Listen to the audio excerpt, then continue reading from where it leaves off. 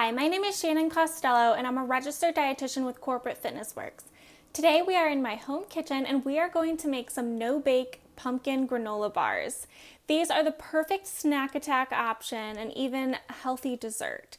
They are high in fiber, protein, and a variety of nutrients, which all help keep you satisfied between meals. Granola bars can be a perfectly healthy snack option, but many of the store-bought bars are loaded with added sugar and excess fat, making them match up to basically a candy bar.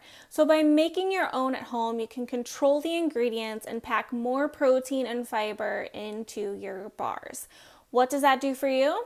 Well, high sugar foods without protein or fiber can cause our blood sugar to spike and then quickly crash. If this up and down happens too often, we'll be at risk for developing diabetes due to insulin resistance. Not to mention, it messes with your energy levels big time. So I've made these specifically so that you don't have to turn on the oven and cook them, just a little time to refrigerate, and we'll use the food processor to do most of the work for us. So to make these granola bars a little more hearty, no pun intended there, we'll use some whole grain rolled oats, your choice of nut or seed butter. I'm actually using a sunflower seed butter, which is comparable to peanut butter and low in cost.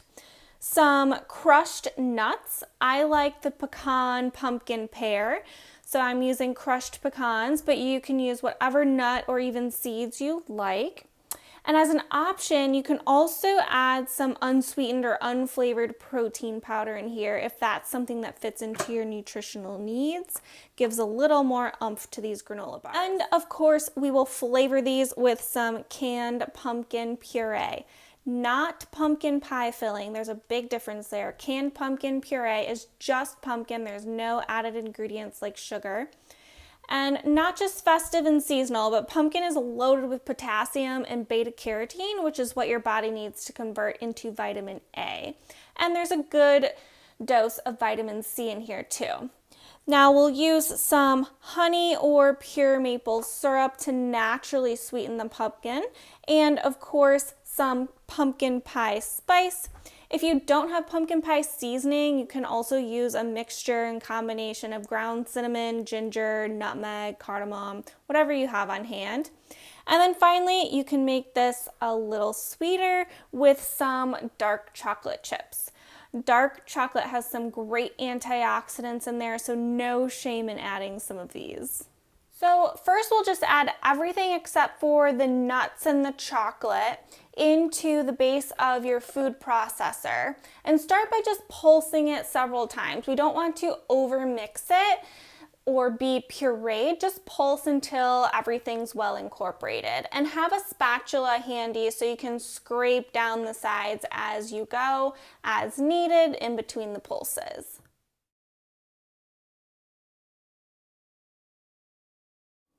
So this is how it should look after some pulsing in the food processor. It's all clumped together and pretty firm.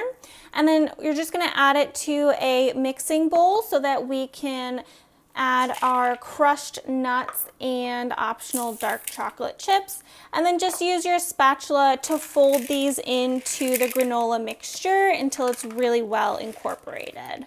You'll want to line either an 8x8 or 9x5 loaf pan with either wax or parchment paper. And then we're just going to transfer our mixture into our prepared pan. Again, it should be pretty stiff and it looks really good. Nice and orange with our pumpkin, spiced up, some sweetening. And then use your spatula to very firmly press the mixture down, spreading it out so it fills the entire pan. Again, just depending on the type of pan you're using, these might come out more as granola squares, or if you're using a loaf pan, they'll be more of a bar. So the key here is to make sure that you press down very firmly and pack it in nice and tight because we're not baking these. That is a crucial step. And we're gonna go ahead and just cover this with plastic wrap, and you're either going to freeze it for about 20 minutes or put it in the refrigerator for about 30 minutes.